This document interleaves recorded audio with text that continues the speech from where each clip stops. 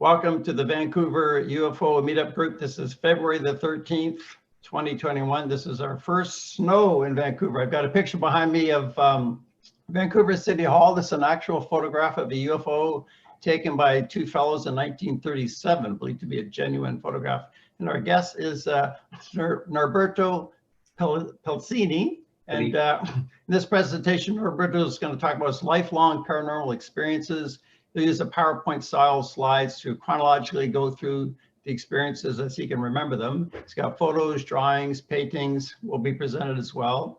And let's see, Norberto's background is in electronic engineering. He's an avid aviator. Norberto lives here in Richmond, BC. So welcome, Norberto, for your first presentation. You're on last week, and that video from last week people can see as well. So welcome to the UFO Meetup. Thanks, Brian. Glad to be here. I've had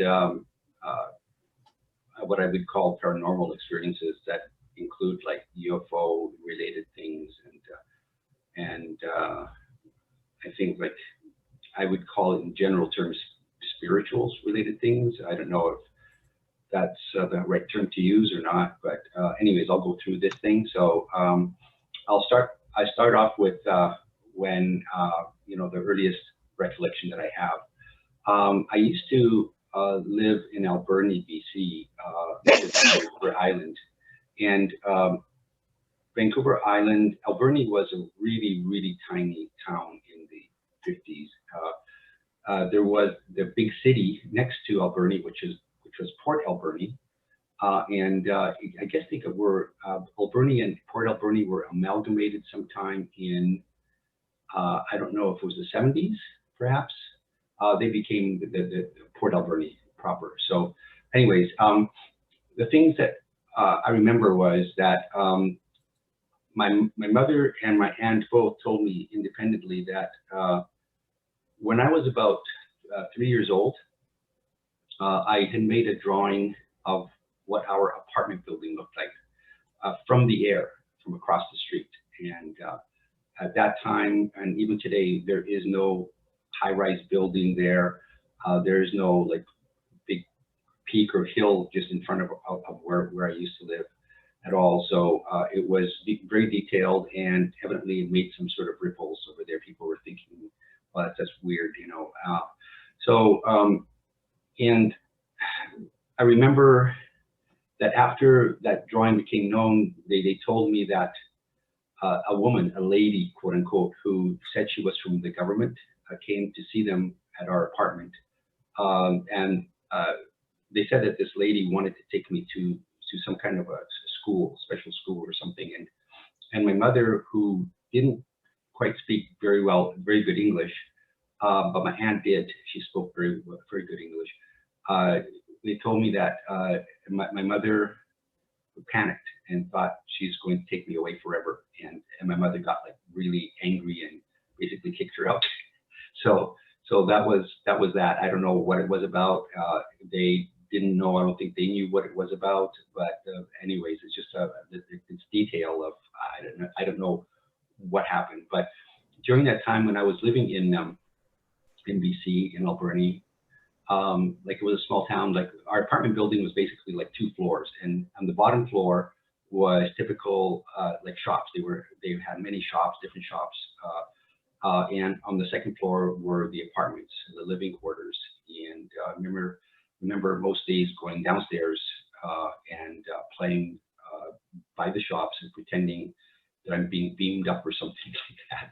When playing with spaceships and things like this, flying in space. And there were also like a lot of big fields around the town, like empty fields. Some of them had like old boats, abandoned, like plywood hull boats, smaller craft. And I would go into one of them. I would pretend that I was flying in a spaceship and that sort of thing.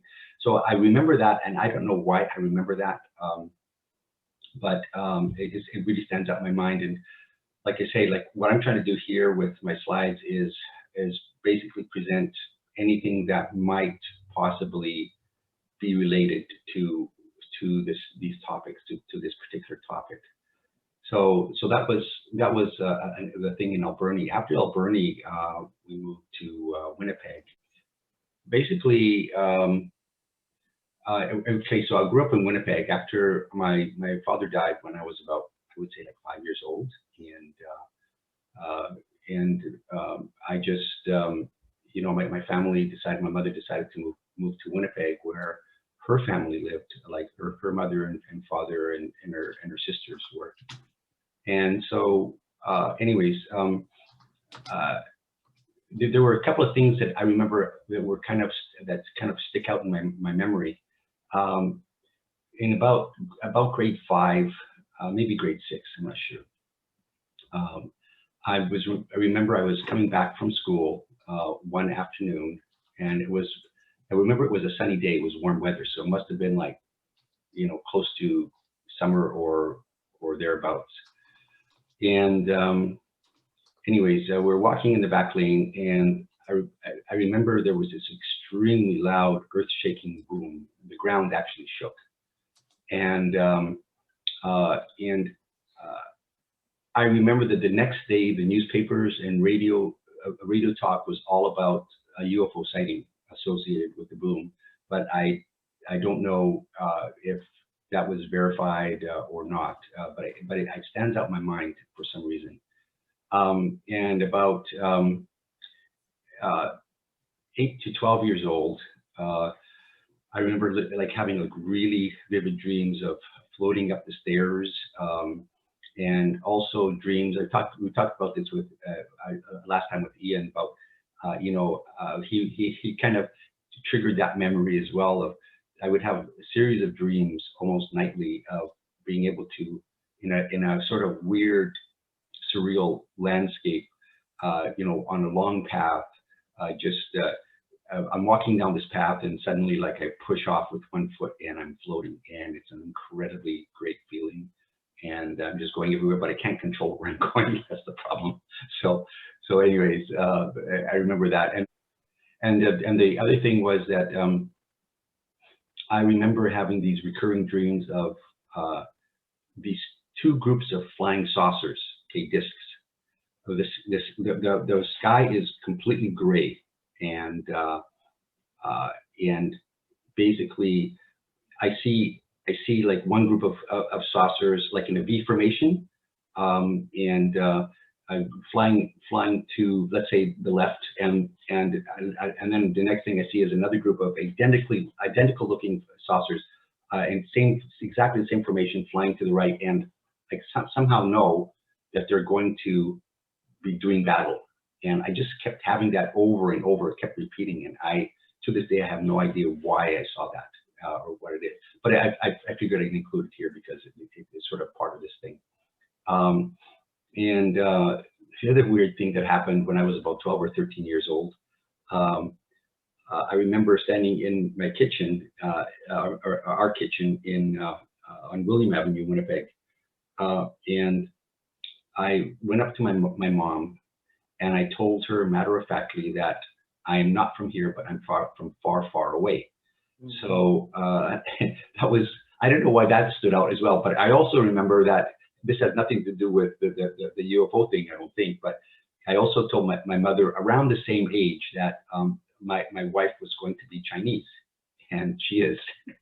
So today, that's another thing too that I don't really understand. And to round it off, sort of the early years here, 7th grade, I remember I used to be fascinated by UFOs. I used to collect all kinds of newspaper clippings and that sort of thing. It was like a heyday, like in the early 60s, you know. And I think there was a UFO flap at that time. I remember that during my 7th grade, we had to have a science fair project. And my project was basically like all the newspaper clippings of UFOs and me reciting basically chapter and verse of all the sightings and what had happened and all the details and that sort of a thing.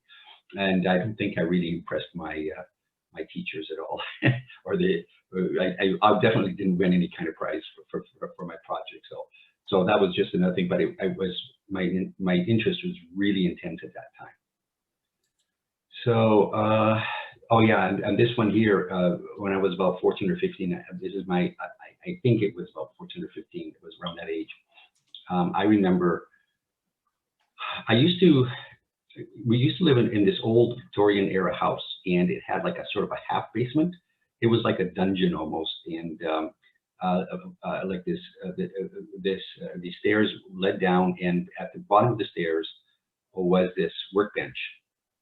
And I was really fascinated with the electronics, like, I mean, incredibly fascinated with the electronics. So I used to, you know, buy parts, like surplus parts for like pennies, so I could experiment with them. And I would go to the basement, I'd go on the bench, and I'd fool around with the electronics and try to see how things worked and whatever.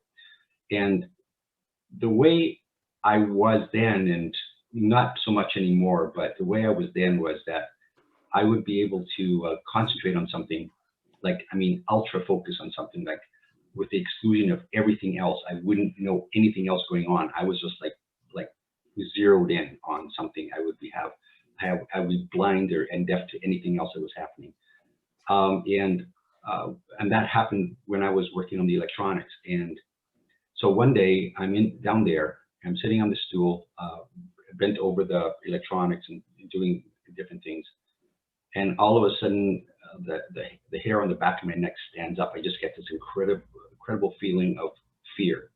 And I know something or somebody is behind me. And I cannot move. I'm frozen. I'm just cannot move at all.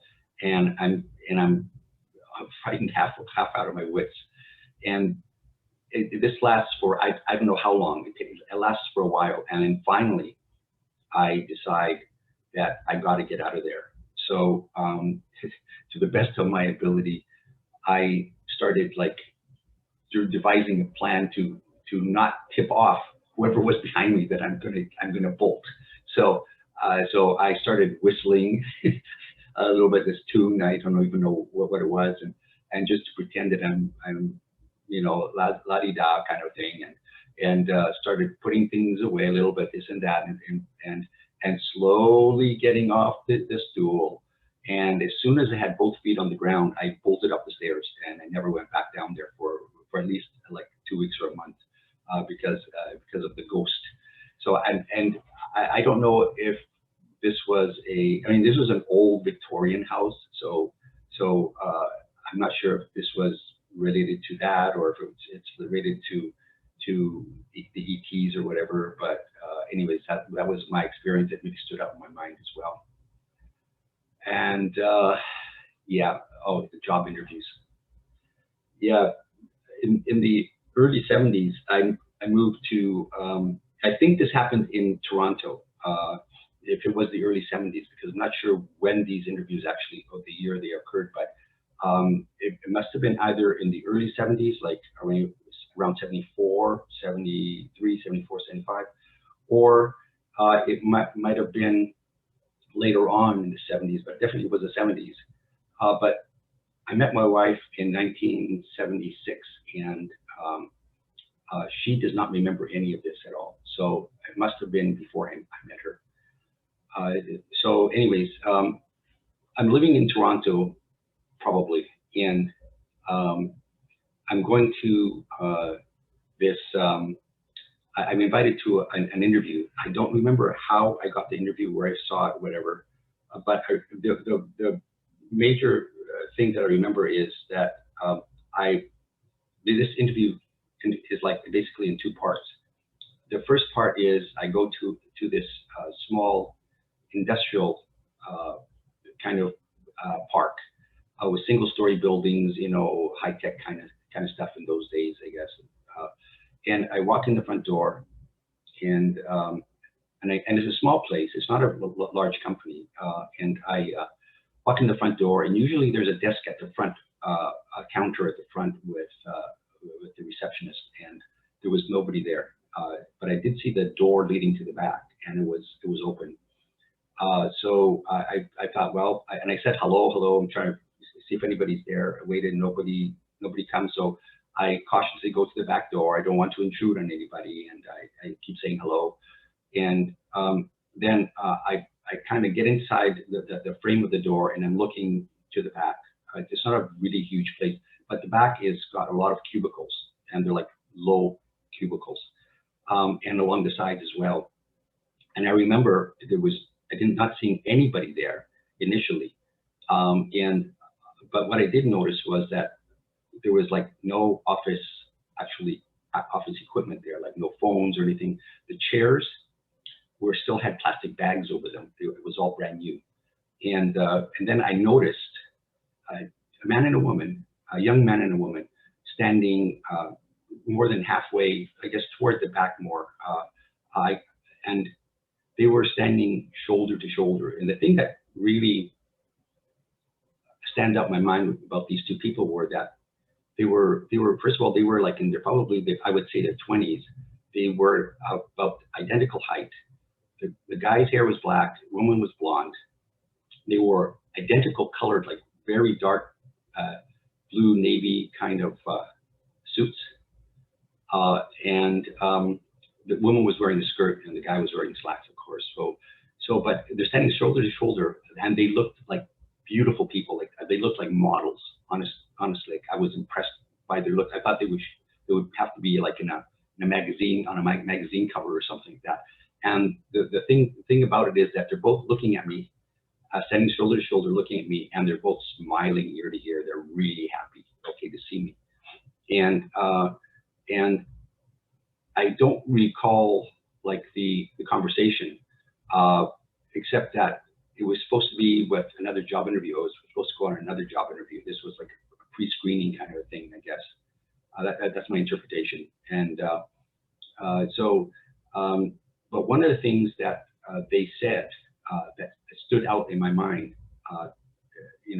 that made me remember this whole thing was one of them said that we are so happy to meet somebody from Mensa, okay, and I'm thinking and I realized, like if it was during the early 70s, I actually, if it was the 70s at all, I was not ever in Mensa at that time. So that, I don't know why that stood out in my mind, and that was the end of the interview. And I don't remember anything else about that.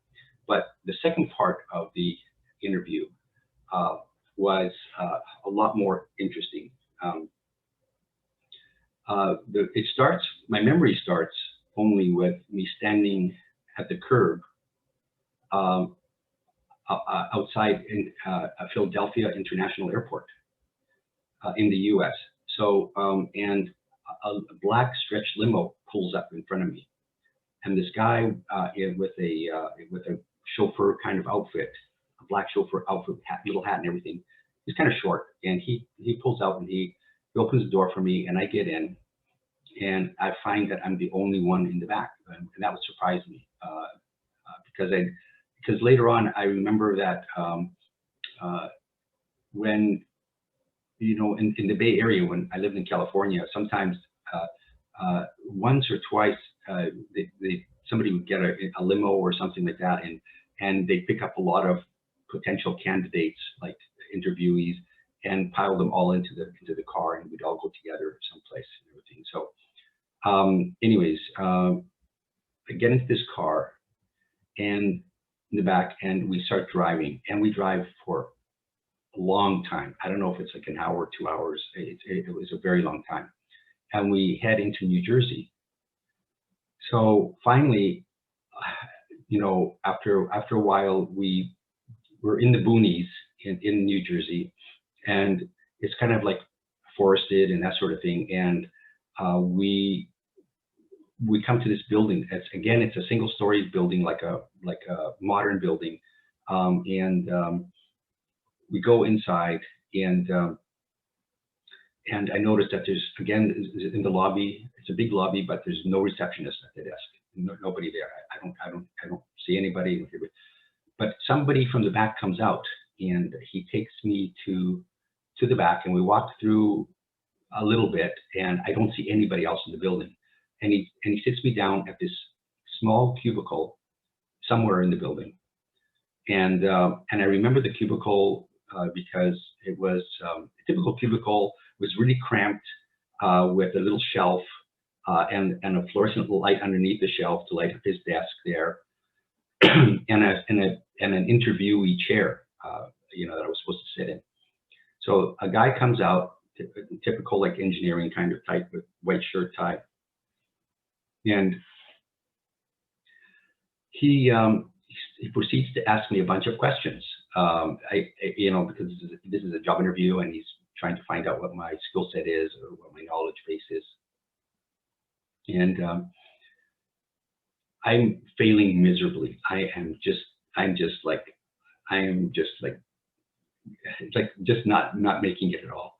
And the reason I remember this interview is because one of the questions he asked me still sticks in my mind to this day, and the answer for that question.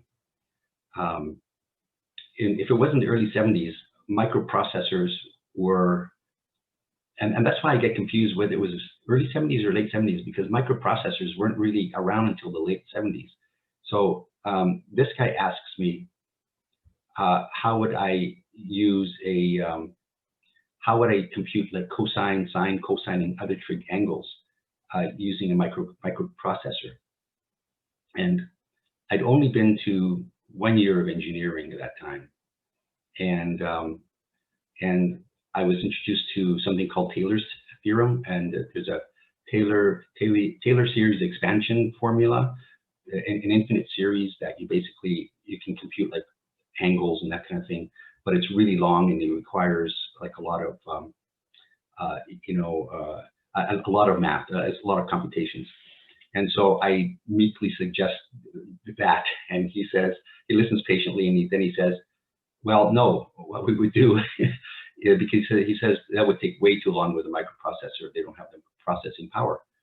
So he says to me, what we would do, in fact, is pre-compute all the sine, trig, cosine angles, everything else, and we put the sines and trig numbers inside a table and just store it in the processor. And then whenever you wanted to find the sine of an angle, you just look up that number. And I thought at that time, that was absolutely brilliant. I just like, wow, that's amazing. So because I was always thinking you have to compute it, you know, but anyways, it's an engineering thing. So I ended up like remembering that so well. And after that happened, the interview didn't last very long. I would say, 15 minutes, half an hour tops, something like that. Anyways, eventually 2 other guys came, and the interview was over. And so they started walking me out of the building, and we head off, and we come into this one big area, a very, very large floor space with a low slung, like very well lit room, suspended ceiling, carpeted, everything. And there's absolutely no furniture, no other people in there at all. It's just like eerie. And so we're walking along, but I do notice that there's this kind of like another room in the center of this huge space. And I thought at first it was a conference room. And so we head off in that direction, and I have one guy on either side of me and one guy behind me walking. And as we deliberately go by this room, and as we pass by one side of this room, I see on this side of the room, I see a door on the wall, but it is honest to God, it's a gray battleship steel kind of door with the whatever handle it is. And above on the left-hand side is a big red lamp with metal like wires over it, and it's on, it's lit. The red light is on, and to the left of the door stands an armed Marine Guard, U.S. Marine Guard, but he's not in what they normally would use, like khakis, like camouflage or anything. He's wearing an officer kind of I don't know, it's a dress uniform. He's got like blue pants with red stripes alongside, really shiny shoes, a beige kind of shirt. He's wearing a white hat, and he's got a gun in a holster on his side with kind of a rope thing going, decoration. And he's standing at ease, and he doesn't budge. His gaze is straightforward. He doesn't budge. He doesn't, not looking anywhere. And as I'm walking through, and I'm probably in my early, I know I'm in my early 20s. I turn my head and I look at this, and I comment to the guys, "Wow, cool." And at that moment, like, I don't remember anything else. The next thing I remember is, and I have to back up and say that when I went on this interview, it was the morning, daylight. So when I get out, when I finally, start remembering again what happened, I'm walking out to the limo again, but it's nighttime. And I get in the limo, but this time I sit in front with this guy, with the driver. So we drive back, and I assume, I don't know where we were going, but I assume we're going back to Philadelphia Airport. And we have to drive through the New Jersey interstate, the highways, the freeways. And something I think that was unanticipated happened. We're driving, and a New Jersey State Patrolman pulls us over, pulls this guy over for speeding. So I remember that we have to go on this big gravelly area, like a parking lot, but there were no other cars there. And it was located like underneath this very tall overpass, like a highway overpass. It was really, really, really tall. And so we stopped the car. The police car stops in front of us, goes a little bit ahead and stops. The cop gets out with his ticket book, and he comes over to the driver's side, and he starts writing this guy a ticket. Just as he does this, another big American car, unmarked car, comes racing in, screaming into this parking lot. And he's going high speed, and he slides to a stop, picking up like all the gravel and the dust and everything else. And the door opens, and there's this guy in a military uniform. And he walks over calmly to the cop, and he says, "Can I speak with you for a minute?" So the cop and he go over a little distance away. They talk for a couple of minutes or whatever. Then the cop comes back, closes his ticket book, and says, "You can go." And I remember this cop, this military guy, because he also had this like pearl-handled silver revolver in his holster. And I thought that looked really weird. It looked really cool. I've never seen one before. And so we start, and so like that, at that point, that's when my memory ends. I have no idea what happened after that. And I completely forgot about this interview, or these interviews, for about 30 years. And that time, I don't know what triggered it, but I was at an abduction group meeting in the Bay Area, and somebody had said something, and all of a sudden, all these memories just came back to me all at once. So I keep thinking, like, what was the purpose of me going down to the U.S.? Like, at that time, I didn't have any degree yet. I didn't have any formal education in electronics, although I was an avid hobbyist. And so I have no idea why anybody would want me to go down there. And the thing is, I don't remember an airline flight or anything. I don't remember any of that. Norberto, I have a question for you. Yeah. So did this memory start when you have a memory of it, is the memory of you having a dream? Like, is this in a dream sequence? No, not at all. It wasn't a dream. It was a memory. It's a memory of something that happened physically. Yes, exactly. Okay. Exactly. Yeah. And for example, like little bits of this memory are when these guys came to pick me up from the interview after my failed interview, and we were walking out. I remember seeing posters of F-14 Tomcat jet fighters there, and being at that age and of that mind, I was thinking, oh, this is cool. Everything's kind of neat, But when I remembered this after like I said, about 30 years, when I finally remembered this, I thought that it might have been a dream. I thought that it might have been something like that. So I called my mother, who was in Winnipeg at the time, and I asked her, did I ever go for a job interview in the U.S.? I had no memory of it at all. And she says, yes, you went to this company. It was called Base 10. And then that's when it really hit me. Okay, it was like suddenly, oh right, I remember that name, Base 10. And so I searched on the internet at that time for a long time, trying to filter out, like, most of the hits that I got for the search engine were articles on number systems like base 10, hexadecimal, octal, etc., decimal, etc. But I did find one reference to like basically a description of a guy's retirement party, and this guy used to work for base 10. So basically, at that time, so I searched, I found this reference to this one guy, and in this reference, this introduction to this guy that was retiring, they mentioned that Base 10 was a military contractor. So that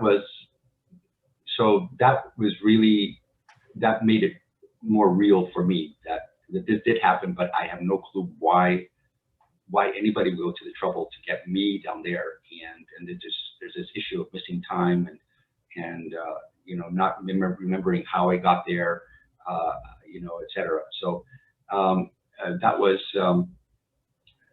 basically what was going on. You know, the reason that I asked you if it was a dream, yeah, or not, is because I had a very similar experience myself. Okay. Only mine was a lucid dream. Yes. And I went into a government bunker and had the same experience as you. There were no people around. Everything was new. The chairs were on top of the desks. It looked like a humongous bunker that Yes. where people should be working. Right. You know, and then I had a very negative experience, which I'll tell some other time when it's my turn. But right. But you know, it was similar, very similar to what happened to you. I consider those government abductions. Actually, it could be because after I remembered this job interview, I remember, like, I had come across a book by Bud Hopkins. This is years later, where he had written about other people who had experienced quote unquote job interviews. And under exactly the same circumstances, where they go in and things are not normal. There's nobody there. There's no equipment there. They're just bizarre. You know, they're not real interviews. And in one of the instances that he mentioned, the interviewer drives the interviewee out into the boonies, into this building or this house, and later on, and then that house turns into a UFO. It's a screen memory. And I did contact Bud Hopkins at the time after he published his book to let him know that, you know, I also had a similar experience. So that was a very, anyways, so. Well, mine was definitely a MyLab. It Yeah. was a MyLab experience. It wasn't a UFO experience. Okay. Okay. And I'd love to tell about it one day. Yeah. But very similar job interview, nobody there, you know, people very happy to see you, kind of thing. Yeah. That's interesting. That's really interesting. You know, I in the back of my mind, I guess I've always thought that it might be MI-Lab or military related, but you know, I'm just not sure. So it's just, and it could be that my memory was erased. You know, like they gave me a drug or something like that to block it all off or something, but I don't know. But anyways, it's just interesting, like, why me? That's the number one question, is why me? Why did it happen to me? So anyway, and so how old were you when this happened? If it was like 74, I'd be like 22. Okay. Yeah, 22 years old. Yeah, so basically that was the weird job interview experience. And then other other things that happened, like to me over the years, you know, back in, you know, then again back in the early 80s in Winnipeg, I remember, and when Manitoba had a lot of UFO sightings. It always seems to have a lot of UFO sightings. And one of the things that there's a big shopping center. It's a very old shopping center now called St. Vital Shopping Center in Winnipeg, and it runs, part of it runs along this really big connector called Bishop Grandin Boulevard. It's quite wide, and it's 2 lanes on each side of a very, very wide center strip. Excuse me. And the center strip is wide because they have these very high voltage power transmission lines running all the length of it down, you know. And in the early 80s, I remember my wife and I, and with our 2 small children, were shopping. We finished shopping. We'd come out, and it was like pretty late, maybe 8 or 9 p.m. or something. And we came out the Bishop's Grandin side of the shopping center, where one of the parking lots, big huge parking lot was, and we saw a lot of people milling around, and they were kind of like excited and that sort of thing. And so I went up to somebody and asked, like, what's going on, what's happened, and the person said that there had been a UFO hovering over one of these towers right next to the shopping center for a while, and by the time we got out, it had disappeared already, and it made the papers the next day. But you know, I was just thinking, like, damn, I really wanted to see that thing, but I just I never saw it. But that's just another, you know, bizarre kind of UFO related kind of an event, you know. So I just I've got so many slides here. I'm not sure if you know, I don't know if we're going to do it all today. I'm just trying to go through whatever in chronological order, not necessarily UFO related. And so the next thing I have is, you know, on my slides is, you know, I practice something called Qigong, which is energy work, basically. Like it's an Asian, Chinese, well, actually Qigong, Qi is like, is sort of like the life energy that flows within people. And it's what makes a person basically alive, you know, keeps their mortal body alive. This energy is universal energy. And different Asian cultures have different words for it. Like in Chinese, it's Qi. In Mandarin, it's Qi. In Cantonese, it's Hei. In Japanese and I think Korean, it's Ki. And in Hindu, it's Prana. So it's well known, and it's been around for like probably thousands of years. Anyways, that's just a little background. I started learning Qigong, like how to develop this Qi, back in 1984. I had met a guy from Hong Kong who was an instructor in one of the at that time martial arts, and he decided just before we were leaving to move to the U.S., he wanted to teach me this exercise so I could learn it. And I never thought that Qi was real. I thought that it was sort of like a intellectual kind of a thing, where it's like a mental lever kind of a thing. Like if you think of that particular thing, it makes you stronger in that particular way, like a fulcrum point, you know, on you know, that sort of a thing. And I never thought that it was an actual real thing. I thought it was just a way of thinking to do certain things. So he taught me this, and then we moved to the U.S. And when we got to the U.S., I kept practicing it and that sort of thing until one day I remember I used to do this standing exercise. He taught me this standing exercise called in Cantonese it's called sa'i kapei, and in Mandarin I think it's called shu'ar shi chi, and so it was just basically it translates as 12 breaths. I practiced this until one day while I was doing this as a standing exercise, and I suddenly had this vision, this waking vision, the first one that I ever had, and it was an incredible vision.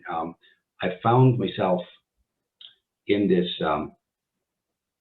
vast, I mean, totally infinite ocean of this golden light, but it wasn't just light.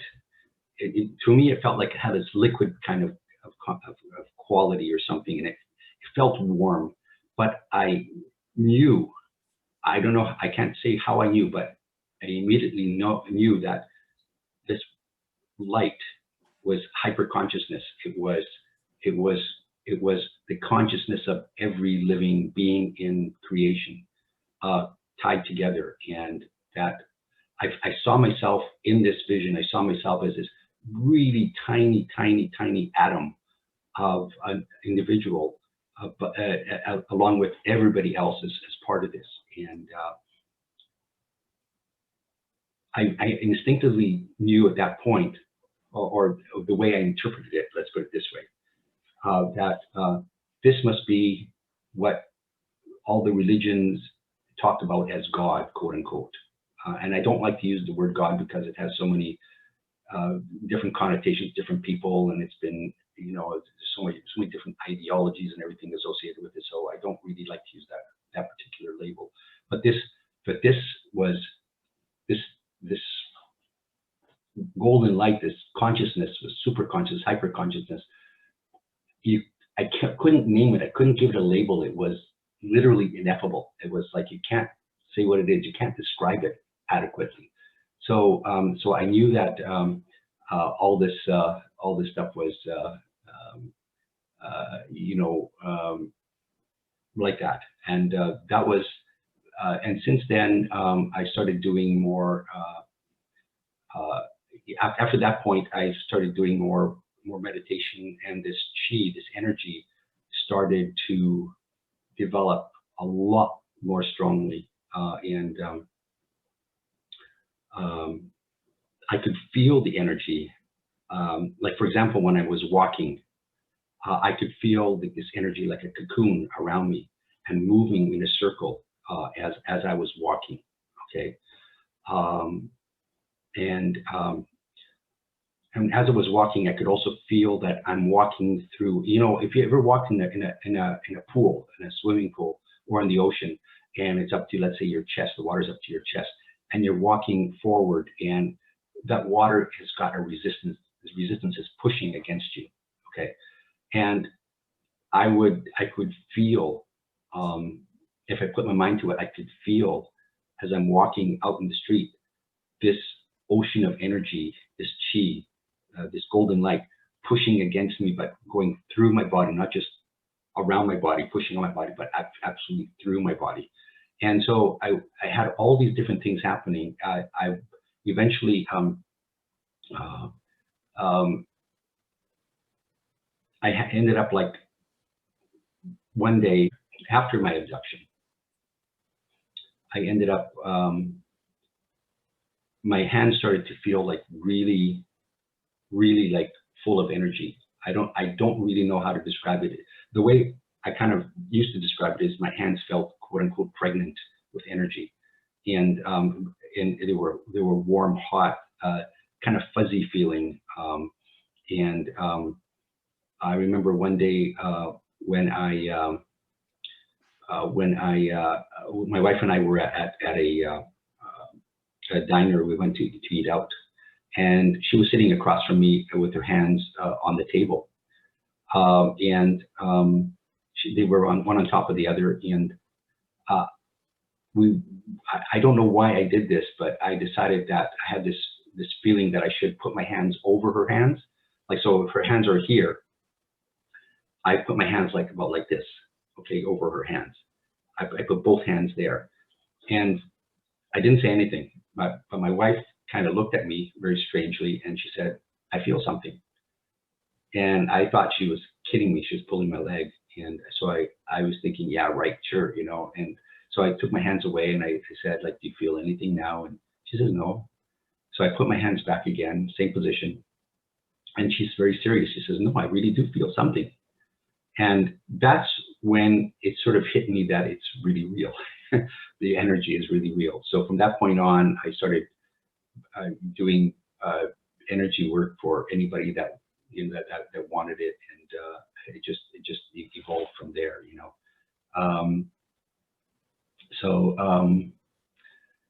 Anyway, so that's what happened. Like that ended up like going up until maybe the 1990, and we were in San Francisco Bay Area at that time already.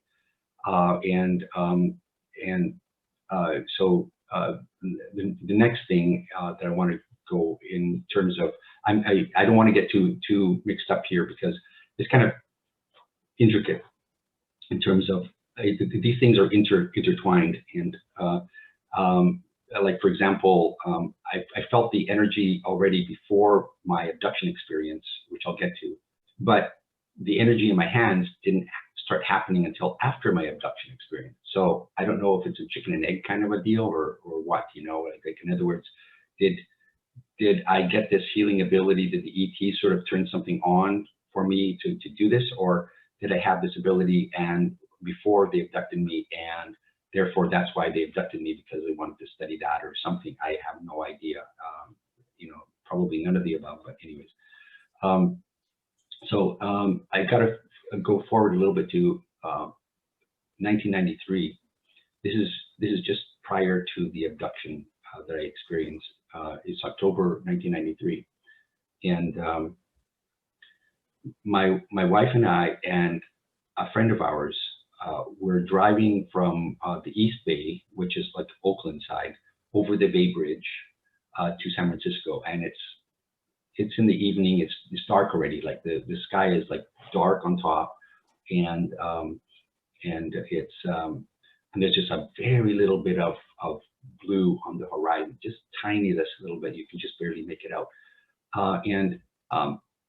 So I'm sitting in the front seat, passenger side. My friend is driving. My wife is sitting just behind me, and so we're driving right in the curb lane, right against on the right side of the bridge as we go. So we're driving and we come out of Treasure Island, because Bay Bridge at that time, the way it worked is that there's a span that goes from, I guess you get into Treasure Island, go from Oakland to Treasure Island, go through a tunnel, and then you come out of it, and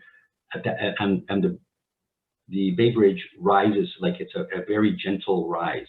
Okay, it's a very gentle slope. And I was eager to see downtown San Francisco because like at night, the lights and everything look really beautiful. I mean, it's just really a stunning view, especially from the Bay Bridge. If you're unobstructed view, I mean.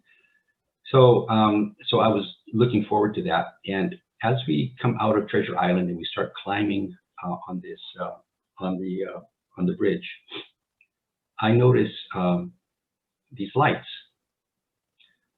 And at first I'm thinking, and it's like a grid of lights, like a tic-tac-toe, like a 3x3, but the top left light is not there. So I thought, okay, it's just work lights. One of them is broken.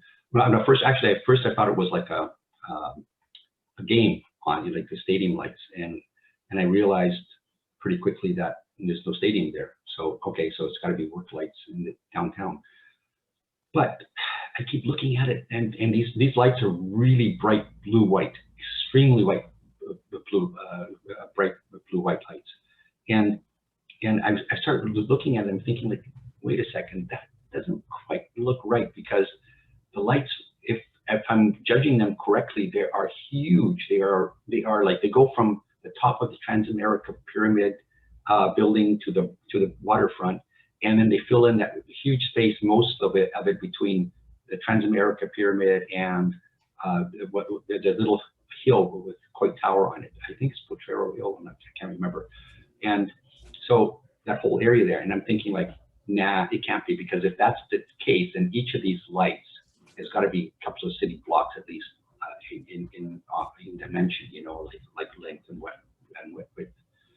So so I'm thinking to myself, okay, then obviously I'm seeing an optical illusion, and then it sort of hit me. I said, I know these lights are work lights, but you know, they used to work on the bridge at night. They'd have a barge, and then they have these work lights, so work crews could work on the structure and that sort of thing that they needed to. I thought, oh, that's what it is. I'm just seeing these work lights on the barge superimposed against the background of San Francisco, and it'll be interesting when we come to that. Like, I'll see it and put it to rest. But there was no barge, and there were no work lights, and those lights stayed there stubbornly. And I kept thinking, what are these lights? What are these lights? What's going on? And nobody was speaking in the car, and I turned to, at one point, to my friend to my left, and she was staring at me with wide eyes. She was frightened, and she said, "What are those?" Oh, no, she says, "Do you see them too?" And I said, "Yeah, what are those things?" And my wife, who was sitting right behind me, she couldn't see them.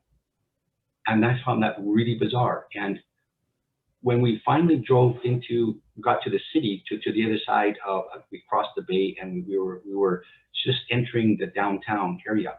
I was looking up my side where the lights were. Okay, it was on the right side, and there were. I could see the light, the huge glow from behind where all the buildings were. A huge, bright blue-white glow coming out from behind the building. When we got into the city, we were looking from behind. I kept trying to find out, where are they? Where are they? I couldn't see that, and it just didn't. I didn't see it. So I want to share a sketch that I made afterwards on this one. So this is so on the left-hand side, you have the bridge structure, and then you see the Transamerica Pyramid building there, and then to the right of that are these incredibly large, super bright lights, and to the right of that, that hill is poorly drawn, is actually like the Coit Tower, I think is Potrero Hill. So in the daytime, if you go, I can show you that too. But I did a painting of this later on, much later on, just to give an idea of what it is, what it's like. So so the lights were very. I can't reproduce them adequately. I mean, they're just like really bright. They were really hard to look at.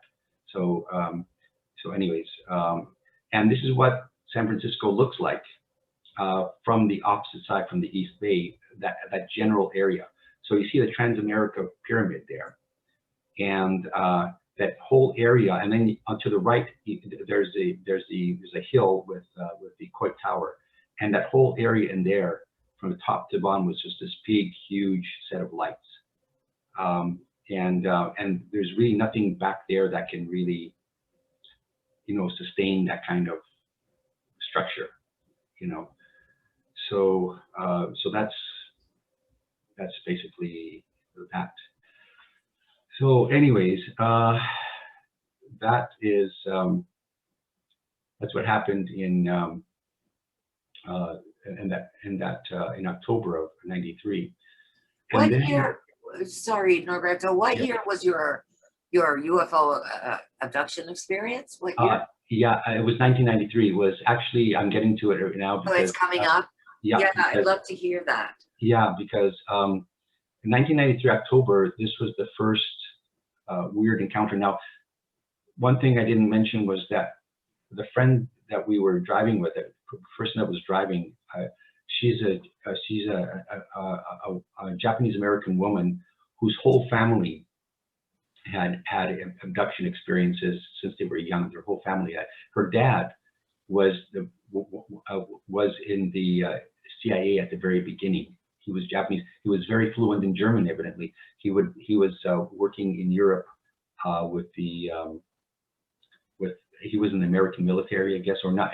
What was the precursor to the CIA? I don't remember the name of it. But It was the OSS. OSI or something, or OS. The OSS, I think. Yeah, I can't remember. But anyways, he, you know, so he was there. Their whole family was in this situation. Anyways, and I don't know if that had anything to do with it or not as well. Seeing this. Anyway, so in December, it was late December of the same year, like a couple of months later, and the way, and I used to work as a consultant then. I would work until, literally, I would work, I don't know how long I did this for how many years. I would work up until about 4:30 or 5 a.m. Most days, and but it was getting close to Christmas, and that night I got to bed early. It was, I think, 1:30 a.m. And the way it used to work is that my wife would be sleeping. I tried to tiptoe, be as quiet as I could, you know, so it's not to wake her. But my wife would always hear that I was, you know, I'd be coming in, and then she'd say, I guess it was like subconsciously or automatically, she'd say as a habit, you know, come to sleep, you know. And so that night was no different. She heard me coming, and I got into bed, and I'm kind of sleeping on the right side of the bed, where you know, if you look at it from the bottom of the bed, the foot of bed, and we were living in a townhouse at that time, and on my side, when I turned to my left on my side, I'm facing these windows, these bay windows with blinds on them. And so I noticed that there's a pinkish kind of light reflecting off of the blinds. And I'm thinking, that's weird, you know, and I'm thinking, oh, it's got to be the street lamps outside, just outside in the parking lot, you know. They're not very high, but you know, maybe it's this thing here that's coming through the blinds. And I'm thinking to myself, looking at, no, it can't be that, because first of all, we don't have colored lights like that in the driveway, and the blinds are turning in a certain way that it's actually coming from inside the room. I finally figured out. So I reasoned that this light source must be from behind my right shoulder, okay, in the room. And I knew we didn't have any lights like that at all, and we didn't have lights on at all. And so after I figured that out, that I realized, oh, you know, it's coming from behind me, and we don't have a light like that. Okay, so at that moment, instead of doing what I would absolutely normally have done, and investigate where that light is coming from, what do? I close my eyes. I suddenly just close my eyes, and a while later, and it's 1:30, so about 3:30 in the morning, I checked the time later.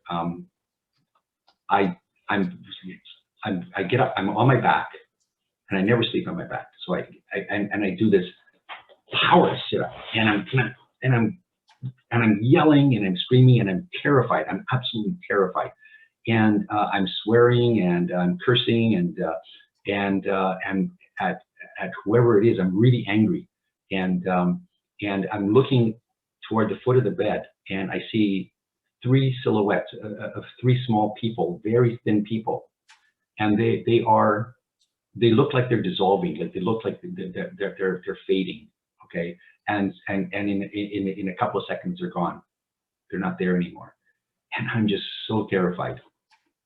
I've never been terrified before in my life. I mean, I've been frightened sometimes and scared, but not like this. This was just a whole new level. And so I end up getting out of bed.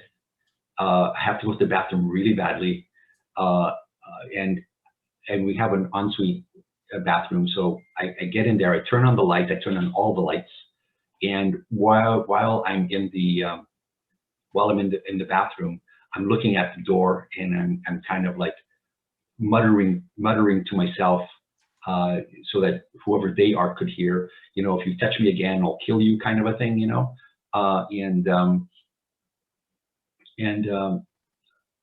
It's sort of like a talisman, just trying to ward them off, whoever they are. And I turn on the lights everywhere, and I never ever slept with the lights on. Okay, even when I was young. So for the next few nights, I turn the lights on when I go to sleep. And the weird thing I notice is when I come back to bed, my wife is not.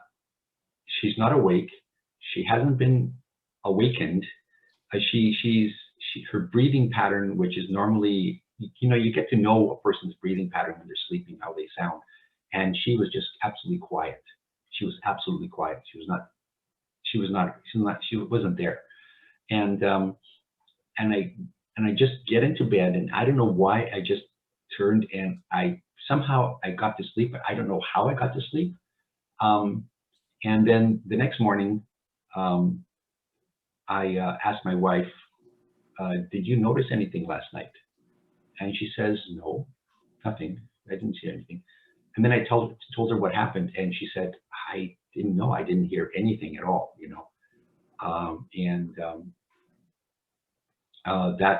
that was really, I don't know. I tried to go through regressions.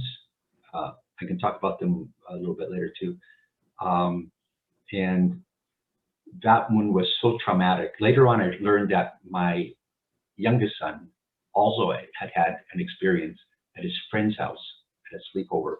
And he had woken up. They had a sleepover, they had sleeping bags and that kind of thing. And he had woken up with like a typical gray face, he told me, with pretty huge eyes, like just inches away from his face. And my oldest son at that time also refused to talk about UFOs or any of that subject. It was taboo for him, But I do remember my eldest son having incredible, legendary nosebleeds when he was young, and my younger son seeing ghosts, quote unquote, in his room when he was young as well. Anyways, I tried to, these are things like that happened like the next day. Okay, I have to refer to my notes here. I noticed that my life was completely changed the next morning. It was completely changed. I had like basically 5 things that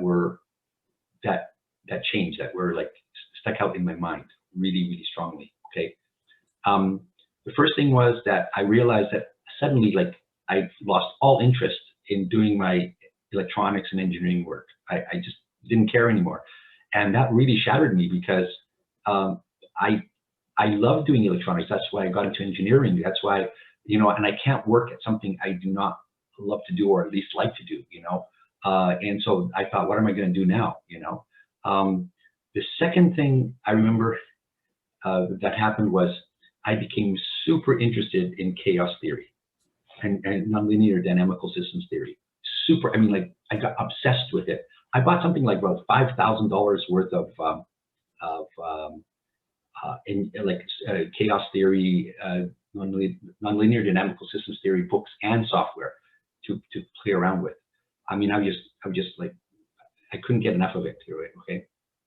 And even though I'm a double E, and double E's, electrical engineers, are supposed to, math easy for them, math was never easy for me. I was never interested in it. Although, I got through it. I don't even know how, but, it's definitely loving math or looking into math was definitely out of character for me. So that's another thing. And another thing that I found was that I knew, I don't know how I knew this, but I knew deeply that I had a very important mission. I had no clue what it was, but I kind of knew that I would be told what it was when the time came. I still don't know what the hell it is, or what this mission is, okay? Another thing that happened was that next morning was I suddenly had a really super deep interest in politics and like world affairs and that sort of thing. And I knew again that things in the world weren't as they appeared or what we've been told by authorities. And I started questioning everything from politics to mainstream science and medicine. I somehow knew that these were like all dogmatic and primitive and fundamentally flawed, you know, and I don't know how I knew this, but I still retain that same attitude today, you know.